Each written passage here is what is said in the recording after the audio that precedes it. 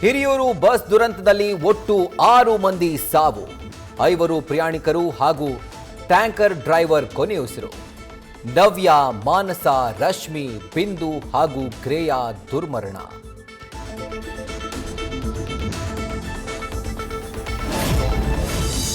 Bus ದುರಂತದಲ್ಲಿ ಮೃತಪಟ್ಟವರಿಗೆ ನಟ ಶಿವಣ್ಣ ಸಂತಾಪ. ಅವಘಡದಿಂದ ಮನಸ್ಸಿಗೆ ಬಹಳಷ್ಟು ನೋವಾಗಿದೆ, ಹೀಗೆ ಆಗಬಾರ್ದಿತ್ತು ಎಂದ ಶಿವರಾಜ್ ಕುಮಾರ್.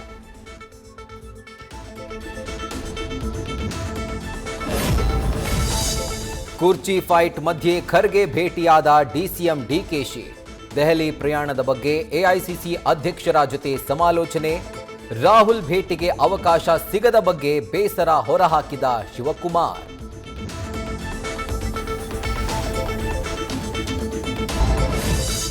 ಸ್ಯಾಂಡಲ್ವುಡ್ ಸಿನಿ ಪ್ರೇಕ್ಷಕರಿಗೆ ಡಬಲ್ ಧಮಾಕ.